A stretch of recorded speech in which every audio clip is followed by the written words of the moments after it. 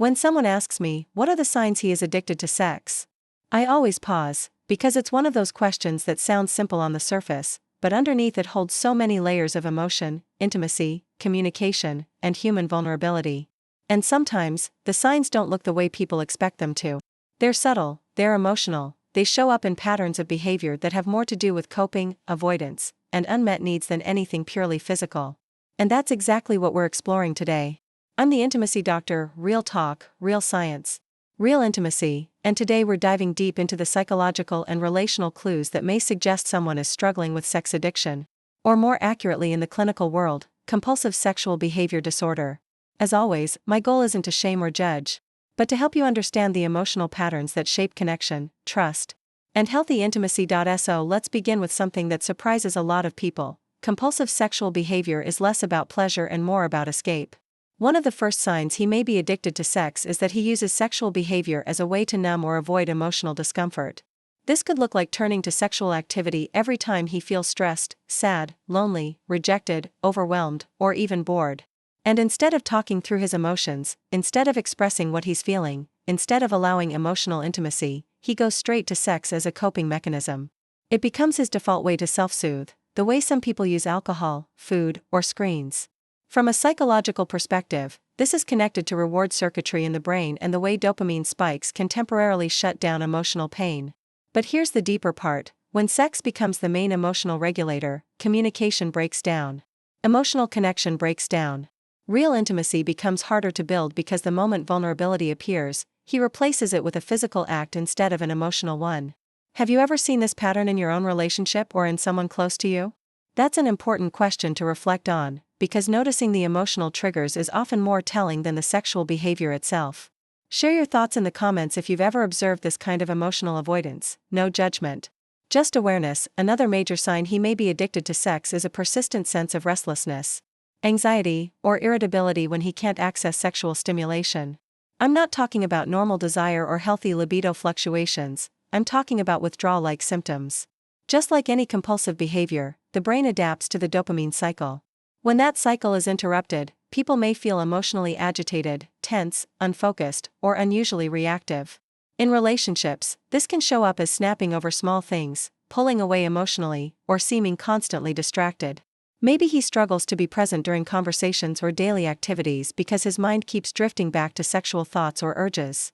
Maybe he becomes distant or disconnected when sex isn't available, almost like he can't access affection or intimacy without it. Research on behavioral addictions shows that this kind of irritability and mood disturbance is a hallmark sign of compulsive reward-seeking patterns. But what makes it complicated is that in relationships, it often gets misinterpreted. You might think, is he mad at me? Is he losing interest? Is something wrong? When what's actually happening is neurological withdrawal from a behavior he relies on emotionally. If you've ever noticed this kind of pattern, how lack of sexual stimulation creates tension rather than connection, feel free to share below. Awareness helps others feel less alone in their experiences. And if this resonates so far, hit that like button so more people can find this conversation. A third sign, and one that shows up often in relationship science research, is a growing disconnection between the emotional bonding side of intimacy and the physical side. When someone is struggling with sex addiction or compulsive sexual behavior, sex becomes goal-oriented rather than connection-oriented. He may be physically present but emotionally absent. He may focus heavily on the sexual act but struggle with affection, trust-building behaviors, and the softer, more vulnerable sides of intimacy. You might notice that after sex, instead of cuddling, talking, or emotionally connecting, he immediately disengages. Maybe he pulls away, becomes quiet, jumps on his phone, or turns his attention somewhere else, because the physical act fulfilled a craving, but not an emotional need. In fact, emotional closeness may feel uncomfortable, even threatening, because it requires vulnerability he doesn't know how to access. Relationship psychology shows that healthy intimacy involves a balance of emotional and physical connection. When someone struggles with addiction, that balance becomes lopsided. The emotional parts, empathy, communication, trust, emotional depth, start to fade. And here's the thing, you can feel it. You can feel when intimacy stops feeling like connection and starts feeling like a cycle he needs to satisfy. If you've experienced that emotional disconnect where sex happens but closeness doesn't, you are absolutely not alone. Sign number 4 is secrecy, hiding, or creating double lives around sexual behavior. This is one of the most painful signs for partners, because it affects trust deeply. But from a psychological standpoint, secrecy isn't always about deception for pleasure, it's often about shame. So many people who struggle with compulsive sexual behavior are caught between desire and self-disgust. They feel trapped by urges they don't know how to regulate, and the more ashamed they feel, the more they hide. That secrecy might look like deleting browser history constantly, hiding messages, being overly protective of their phone, having multiple social accounts, or creating stories that don't quite add up. Some may even compartmentalize parts of their lives so heavily that their emotional world becomes fractured. Secrecy becomes a shield, a way to avoid confrontation, avoid vulnerability, avoid admitting they're struggling with something overwhelming. But the impact on a partner is huge. It breaks the foundation of trust, leaving them feeling confused, insecure, or even responsible for something they didn't cause. I always want to emphasize that secrecy is a sign of internal turmoil, not your failure. If you're comfortable, share in the comments what you think about secrecy in relationships. Have you ever felt the weight of hidden behavior? These conversations help people heal. A fifth sign that he may be addicted to sex is escalation, the sense that what used to satisfy him no longer does, leading him to pursue higher levels of stimulation, frequency, or novelty. This is extremely common across behavioral addictions. The brain adapts to repeated dopamine spikes, so the same behaviors stop delivering the same emotional relief. That's when compulsive patterns escalate. For some, it means increasing frequency. For others, it means seeking more extreme stimulation or situations that feel riskier or more intense. What's important to understand is that escalation isn't driven by pleasure, it's driven by tolerance. In relationships, you might notice a shift toward pressure, urgency, or dissatisfaction with what used to feel fulfilling. Maybe he becomes impatient, or starts suggesting things not from a place of playfulness or mutual curiosity, but from a place of agitation, like he's chasing a certain emotional high. This can leave partners feeling overwhelmed, confused, or inadequate, even though none of it is actually about them. It's about the brain trying to recreate a level of intensity that once provided relief from emotional discomfort. Healthy intimacy thrives on communication and mutual choice, not pressure or emotional urgency. If you've ever noticed escalation in someone's behavior and felt unsure what it meant, you're not imagining it, it's part of an emotional and neurological cycle. Another sign, one that often gets overlooked, is the inability to genuinely enjoy non-sexual bonding. People struggling with compulsive sexual behavior often have trouble settling into emotional intimacy without a sexual component. They may find it hard to spend quality time together unless it leads to something physical. They might appear uninterested in deep conversations, shared hobbies, relaxed affection, or emotional vulnerability unless sex is attached to it. And that's because, emotionally, they've trained themselves to use sexual stimulation as their main pathway to connection, validation, or relief. When emotional intimacy feels foreign or uncomfortable, they migrate back to what their brain recognizes as soothing. Over time, this creates a relationship dynamic where physical intimacy becomes the center of everything, and emotional connection takes a back seat. That's when partners start to feel unseen, unheard, or undervalued.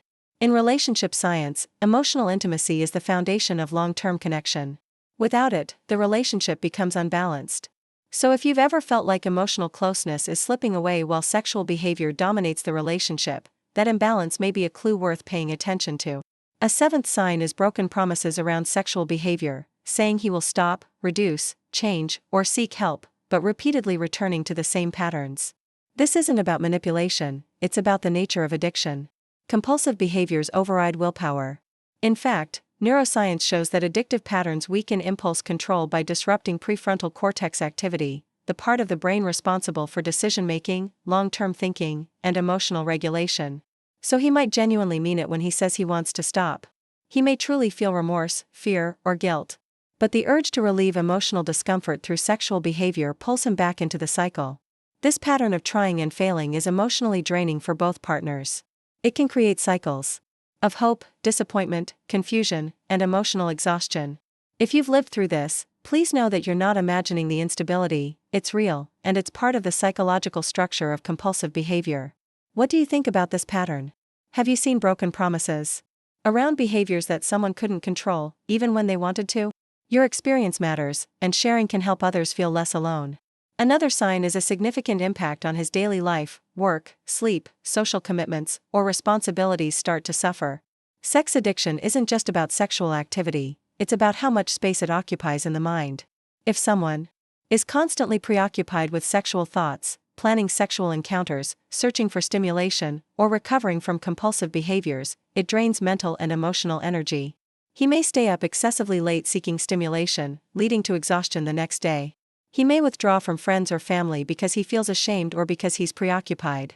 He may avoid responsibilities or struggle to focus. These disruptions are important indicators because true addiction, whether behavioral or substance-based, interferes with functioning. This isn't about desire, it's about compulsion. When life starts to revolve around the behavior, when time is reorganized around it, when emotional or relational responsibilities begin to crumble, that's a sign something deeper is going on. A ninth sign, and one that often impacts partners deeply, is an avoidant relationship with emotional intimacy. Many people struggle to separate sex from emotional closeness when dealing with addiction. Emotional intimacy requires vulnerability. Sharing fears, discussing conflicts, sitting with discomfort, admitting mistakes, expressing needs. These experiences can feel overwhelming for someone who uses sex as their primary coping mechanism. Instead of opening up emotionally, he might become distant, defensive, or withdrawn. This can create an emotional gap in the relationship, where conversations stay surface level, conflicts go unresolved, and deeper connection feels out of reach. Over time, that emotional avoidance becomes its own form of pain. You might feel unsupported, unheard, or alone in the relationship, even when physically together. This is why communication and trust are so essential in healing. Emotional intimacy is the foundation of long-term relationship health, and without it, the relationship becomes structurally fragile. And finally, a 10th sign he may be addicted to sex is the presence of strong emotional reactions tied to shame, guilt, or fear after sexual behavior. Addiction often comes with an internal conflict. He feels compelled to do something that temporarily relieves emotional discomfort, but afterward, he feels self-hatred, anxiety, or panic. This shame cycle is powerful. It fuels secrecy, avoidance, and emotional withdrawal. It also intensifies the compulsion, because shame is such a painful emotion that people desperately look for ways to escape it, often through the very behavior that caused it. That's why the cycle continues, not because he doesn't care, but because he doesn't know how to regulate his emotions in healthier ways. Understanding this emotional loop can help partners stop blaming themselves. You didn't cause the shame. You didn't create the cycle. And you can't fix it alone. Healing requires emotional awareness, communication, and often professional support. So as you reflect on these signs, emotional avoidance, withdrawal-like symptoms, disconnection between physical and emotional intimacy, secrecy, escalation, avoidance of non-sexual bonding, broken promises, disruptions to daily functioning, fear of emotional intimacy, and cycles of shame, I encourage you to think about which patterns feel familiar, not from a place of blame, but from a place of understanding. What do you think about these signs? Have you ever seen some of these patterns in someone you care about, or even in your own behavior? Share your thoughts below. Your story could help someone else feel seen.